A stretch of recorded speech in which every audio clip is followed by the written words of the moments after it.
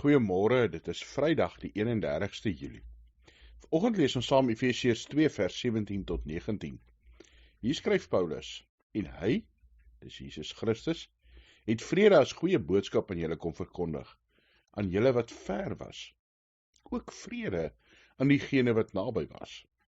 Want deur hom het ons albei toegang tot die Vader, deur een Gees. So is julle dan nie meer vreemdelinge en bywoners nie, maar julle is medeburgers van die heiliges en lede van die huisgesin van God. God het met Abraham 'n verbond kom sluit om deur hom die wêreld te seën. God het met Israel by Sinaï die verbond herbevestig. God het in Jesus Christus 'n nuwe verbond kom stig, sodat alle mense, of jy nou 'n Israeliet is, of jy nie is nie, of jy Jood is, of 'n heiden, dat jy deel kan wees van sy huisgesin, deel kan wees van sy familie. Dat ons nie meer vreemdelinge en bywoners is nie, maar medeburgers, broers en susters van die lewende God. Wat 'n ongelooflike stuk troos en hoop by die Here vir ons gee, dat ons deel het aan sy huisgesin. En dan vra God nie, kom 'n klomp reëls na voor jy deel word van my huisgesin nie. Nee, hy maak jou deel net soos jy is. Hy nooi jou in soos jy is.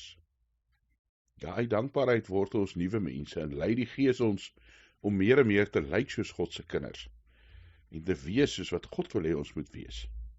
Maar dis nie die voorvereiste om dit te word en daar deel te word van God se huisgesin nie. God red ons uit genade. God vernuwe ons deur sy Gees uit liefde met dankbaarheid. Dankie Hemelse Vader dat ons deel kan wees van u huisgesin. Dat ons kan uitsien na 'n deel word van u gemeenskap, van u koninkryk. Here, mag ons lewens dankbare antwoord wees op dit wat u in Christus aan die kruis kom doen het. Mag ons lewens 'n dankbare antwoord wees op u genade en u liefde. Mag ons altyd onthou, dis nie uit ons eie nie. Nee Here, dis deur u krag wat ons kan glo en wat ons vrygespreek word.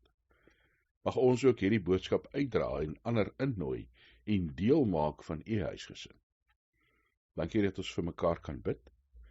Here, u ken elkeen se vrese, se kommer, se vreugdes, se blydskap.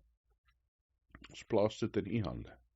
Ons bid vir wysheid, Here, om die lewe en sy uitdagings te hanteer. Ons bid vir genade. Here, waar siekte, hartseer, uitdagings van ekonomie en allerhande sulke goed en verhoudings wat soms sukkel op ons pad kom, dat ons met u krag en u wysheid ook dit kan hanteer. Ons bid dit in Jesus Christus se naam. Amen.